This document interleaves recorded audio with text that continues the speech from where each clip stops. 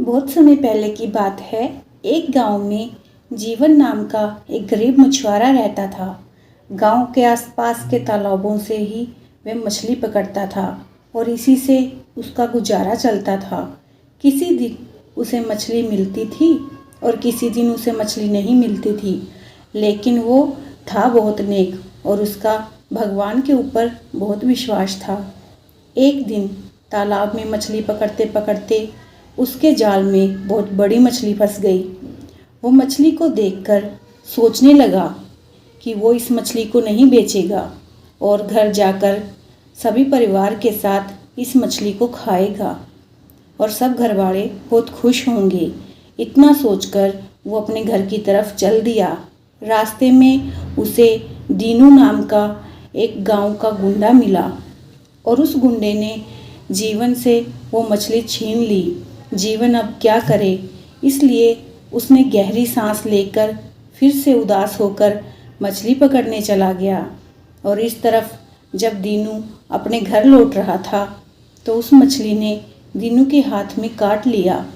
दीनू को उस वक्त कोई दर्द महसूस नहीं हुआ, लेकिन कुछ ही दिनों में उसके हाथों के ऊपर संक्रमण हो गया और फिर वो डॉक्टर के पास आया और डॉक्टर ने उसकी उंगली पर दवा लगाई और बोला, 4 दिन बाद तुम मेरे यहाँ दोबारा से आना, फिर हम इसे देखेंगे कि इसमें कितना आराम है। 4 दिन बाद जब वो फिर से डॉक्टर के पास गया, फिर डॉक्टर ने पट्टी हटाकर देखा कि वो संक्रमण तो और फैल गया है। और फिर डॉक्टर ने दीनू से कहा कि तुम्हारी उंगली काटनी पड़ेगी, संक्रमण बहुत ज़्यादा फैल चुका है। अगर ऐसा नहीं किया तो बाद में पूरा हाथ काटना पड़ेगा। दीनू ने डॉक्टर का कहना माना और डॉक्टर ने उसकी वो उंगली काट दी और पट्टी लगा दी। इसके बाद दीनू फिर 4 दिन बाद डॉक्टर के पास गया। डॉक्टर ने पट्टी हटाई तो देखा कि वो संक्रमण और फैल गया है, वो कम ही नहीं हो रहा था। इसके बाद डॉक्टर ने कहा कि अब कलाई तक काटनी पड़ेगी और फिर डॉक्टर ने कलाई तक हाथ काट दिया। डॉक्टर ने फिर से 4 दिन बाद आने की सलाह दी, लेकिन संक्रमण है रुकने का नाम ही नहीं ले रहा था। डॉक्टर ने दीनू का हाथ पूरा काट दिया, फिर भी संक्रमण रुकने का नाम नहीं ले रहा था। फिर दीनू ने सोचा कि अगर ऐसा ही चलता रहा तो अब मुझे मेरा शरीर पूरा काटना पड़ेगा। हार थक कर दीनू एक साधु बाबा के पास पहुंचा, जहां उसने सारी बात बताई।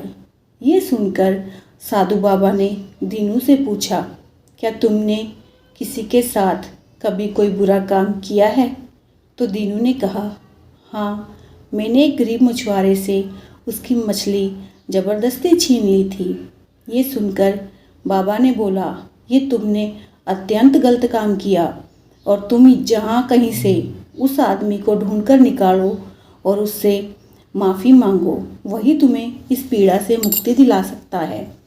दीनू ने बहुत लोगों से पूछताछ की और आखिर ढूंढते ढूंढते वो जीवन के गांव में आ पहुंचा और उसने जीवन को ढूंढ निकाला और उसके चरणों में गिरकर कहा कि तुम मुझे माफ़ कर दो, तुमने मुझे ऐसा क्या श्राप दिया है कि मेरी आज ये हालत हो गई है।